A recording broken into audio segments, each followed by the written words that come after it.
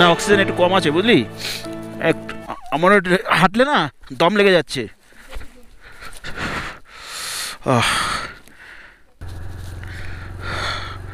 বল, এই যে নিউ বাবা মন্দির ক্রস করছি আমরা, এখন নাথাং ভ্যালি গিয়ে থামবো। মাঝখানে একটা জায়গায় ব্রেক নেব। একটা মেঘ দেখতে পাচ্ছি দূরে থেকে, যেটা টাইম ল্যাপস নিয়েছি আমি, তোমরা দেখলে। ওর ওখানটায় যাব, একটু দাঁড়াবো। ভিউটা দুর্দান্ত ছিল ভাই। ঋষি হচ্ছে 81 কিলোমিটার। ঋষি খোলায় থাকার চিন্তাভাবনা করছিলাম, কিন্তু থাকবো না, হয়তো জুলুক থাকবো। এখান থেকে নাথাং ভ্যালি 12 কিলোমিটার দেখাচ্ছে, লাগবে হচ্ছে 27 মিনিট বলছে গুগলের হিসাবে। এখন 3টে বাজে, এই আবহাওয়া দেখে মনে হবে না যে 3টে বাজে, মনে হচ্ছে এখন সকাল 10টা বাজে। ঘুরতে ঘুরতে 3টে বেজে গেল। সামনের মেঘটা অসাধারণ, ও যা ভিউ, অসাধারণ। দেখাচ্ছি তোমাদের আগে গিয়ে। চায়না বর্ডার লাগোয়া মিলিটারি ক্যাম্প বেশি এখানে, যেখানে বেশি ক্যাম্প আছে মিলিটারি সেখানে ভিডিও বানাচ্ছি না আমি, ক্যামেরা বন্ধ রাখছি। দেশের সিকিউরিটি সব থেকে আগে, মানে হাত ফুটো হয়ে যাচ্ছে যেন ঠান্ডায়। ক্যামেরা জাজ করতে পারবে না ভাই, যা সুন্দর। কোন দিকে যাবো, বাঁ দিক দিয়ে ডান দিক, উপরের রাস্তা কোথায় যাচ্ছে কি জানি।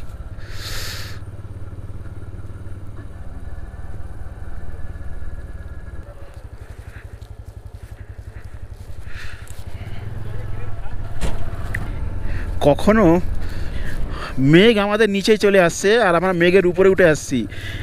এই সিনটা দেখার পরে একটা গানের কথা মনে পড়ছে আমার, যে আজ মে উপর আসমান নিচে আর জামানা পিছে। ভাই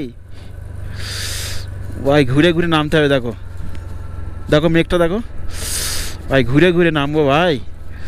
ও রাস্তাটা দুর্দান্ত দুর্দান্ত। মেঘটা দেখো নিচে থেকে আসছে উপরের দিকে, আর আমরা অত উপরে ছিলাম মেঘের উপরে, এবার নিচের দিকে নামছি।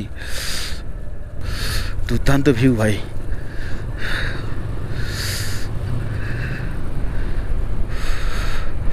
দেখো অন্ধকার হয়ে যাচ্ছে মাঝে সাঝে। ওই যে উপর থেকে ঘুরে ঘুরে নিচের দিকে নামছি, আবার এই রাস্তা ঘুরতে ঘুরতে নিচের দিকে নামবো। আমার নাথাং ভ্যালির কাছাকাছি চলে আসছি। এখান থেকে নাথাং ভ্যালি 8 কিলোমিটার, 7 কিলোমিটার দেখাচ্ছে বস, 7 কিলোমিটার। অসাধারণ ভিউ, হাত কনকন করছে, পুরো জমে যাচ্ছে যেন।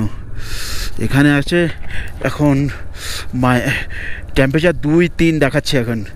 November October best time. জানুয়ারি ডিসেম্বর শেষে, জানুয়ারির দিকে পুরো বরফ জমে যায়, কিন্তু বরফের সময় কিন্তু এই ভিউটা তোমরা পাবে না। এই যে কালার, এক একটা পাহাড় এক এক রকম কালার, এক একটা গাছের এক এক রকম কালার, এটা কিন্তু তোমরা দেখতে পাবে না। শুধু চারিদিকে সাদা আর সাদা দেখতে পাবে। ওটা একরকম লাগে, এটা আর এক রকম লাগে। এই দেখো মেঘ দেখো নিচে, আর আমরা উপরে রয়েছি, বুঝেছো? অসাধারণ সুন্দর ভ্যালিটা। যত ভ্যালির দিকে যাচ্ছি সৌন্দর্য তত বেড়ে যাচ্ছে। আর আমার গোপ্রো ঠান্ডায় ব্যাটারি চার্জ সঙ্গে সঙ্গে খতম হয়ে যাচ্ছে, কমে যাচ্ছে, মানে এতটা ঠান্ডা। সামনে পাহাড়টা দেখো, অসাধারণ কালার। আজ থেকে 1-1.5 বছর আগের কথা বলছি, এই রাস্তা প্রচণ্ড খারাপ ছিল, তো এখন ঝাঁ চকচকে রাস্তা করে দিয়েছে। মেঘের খেলা আগে দেখো, অসাধারণ সুন্দর লাগছে। জানি না গোপ্রো কখন বন্ধ হয়ে যাবে। ব্যাটারি আধা ঘন্টাও চলছে না ফুল চার্জ করলে, মানে ব্যাটারি এতটা ড্রাই হয়ে যাচ্ছে খুব তাড়াতাড়ি ঠান্ডার জন্য। বাড়িতে যখন থাকি আকাশের মেঘটা অনেকটা দূরে দেখতে পাই, এখন দেখো মেঘের উপরে আমরা, মেঘ আমাদের নিচে চলে গেছে।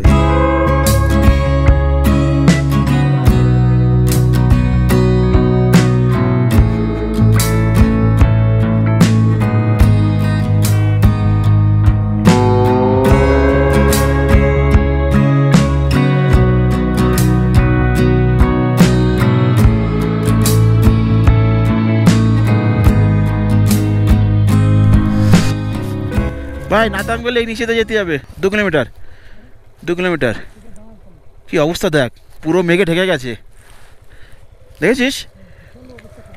হ্যাঁ যেতে হবে।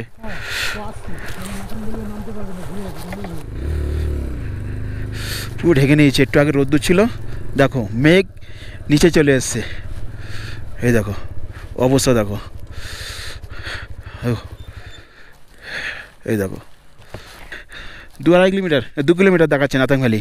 এই ডান দিক নিতে হবে। কি অবস্থা দেখো, আকাশ পুরো ঢেকে গেছে। একটু আগে রোদ্দুর ছিল, পুরো মেঘে ঢেকে গেছে। চারদিকে দেখো, এই দিকে প্রচণ্ড শ্বাসকষ্ট হচ্ছে, প্রচণ্ড শ্বাসকষ্ট।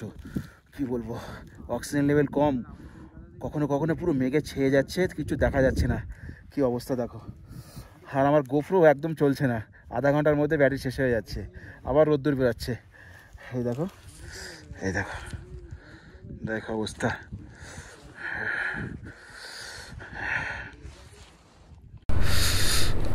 মাঝে কিছু দেখতে পাচ্ছি না, মেঘে ঢেকে যাচ্ছে। নাথাংয়ের রাস্তায় ঢুকলাম, দেখো সামনে কিছু দেখা যাচ্ছে না একার সময়। কি অবস্থা, পুরো মেঘে ঢেকে গেছে। ওই দুপুরে একটু হালকা হালকা পাহাড় আলো আসছে। কি ঠান্ডা, টেম্পারেচার এখন মাইনাস দেখাচ্ছে, মাইনাস। তোমার বরফ দেখাচ্ছি, মাইনাসে বরফ।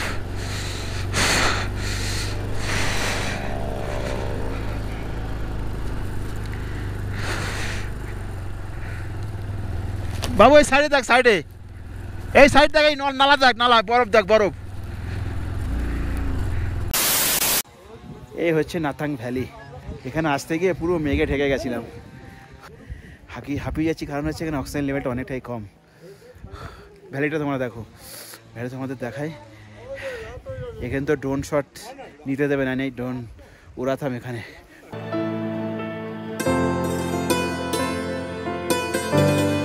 ছোট্ট একটা ভ্যালি, প্রচুর মানুষ এখানে থাকে। আর কিছুদিন পরে পুরো বরফে ঢেকে যাবে, তখন খুব অদ্ভুত সুন্দর লাগে। এমনিও খুব সুন্দর লাগছে। এই ভ্যালির চারিপাশে পাহাড় দেখো।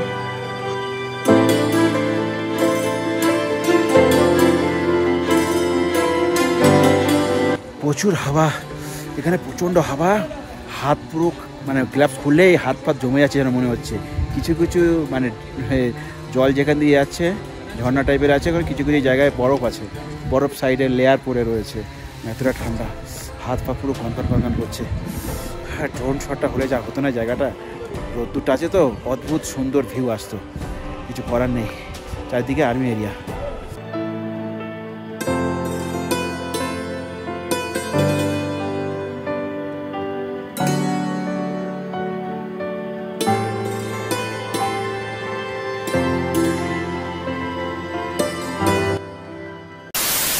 নাথাং ভ্যালি ঘোরা হয়ে গেল, আমরা জুলুকের দিকে যাচ্ছি। প্রায় 2 কিলোমিটার নিচে নেমেছিলাম মেন হাইওয়ে থেকে, আবার উপরে যাচ্ছি। ভেবেছিলাম নাথাং ভ্যালিতে থাকবো, বরফের মজা নেব, বাট এখানে তো বরফের চিহ্ন নেই, হালকা ফুলকা বরফ পড়ে আছে। ঠিক মন পোষাচ্ছে না, ওই জন্য আমরা জুলুকে চলে যাবো।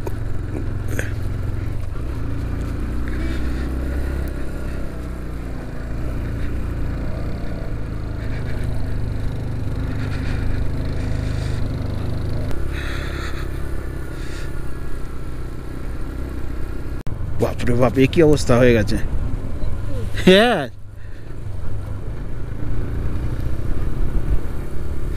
কি অবস্থা।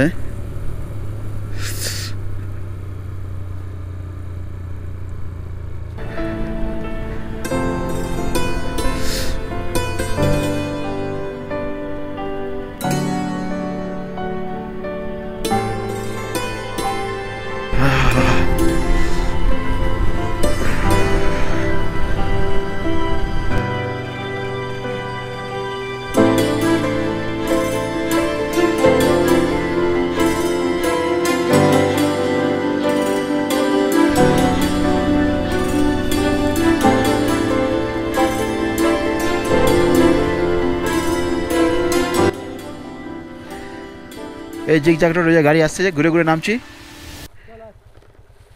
কি করবি এখানে থাকবে?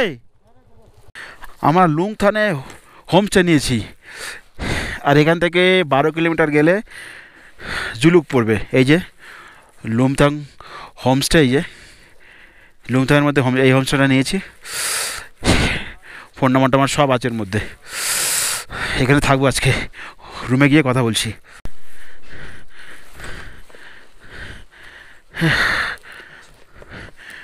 আমার অ্যাটাচিটা,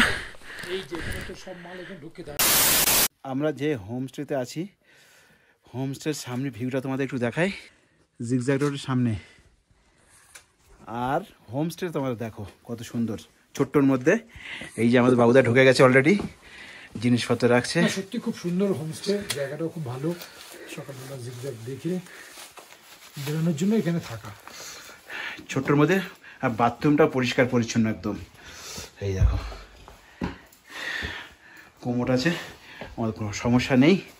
আমাদের মালপত্র এখানে থাকছে, এখানে সঞ্জয়দা থাকবে এইটাই, বাবুদার আমি এখানে থাকবে। হ্যাঁ, এই একটা বেড, এই একটা বেড, ওই একটা ডাস্টবিন। মিরর দেয়নি না, মিরর দেয়নি। জিগজ্যাগ রোডটা এই যে দেখা যাচ্ছে, ভিউটা দারুণ, রুম থেকে ভিউটা দারুণ আসবে। যে এই দেখো জিগজ্যাগ রোড এখান থেকে শুরু, জিগজ্যাগ রোড এখান থেকে শুরু। এখন ফ্রেশ হব, ফ্রেশ হয়ে কিছু খাবো, খাওয়ার পরে একটু ঘুরবো। এখন খেতে যাচ্ছি, খেতে ডাকছে এই রেস্টুরেন্টটা। এখানে কি দেয় দেখি খাবার। ম্যাগি, হ্যাঁ ম্যাগি, ম্যাগি গরম গরম খা। হ্যাঁ আবার এখানে বান্দার গরম গরম আছে, গরম ম্যাগি, ম্যাগি গরম। ম্যাম নমো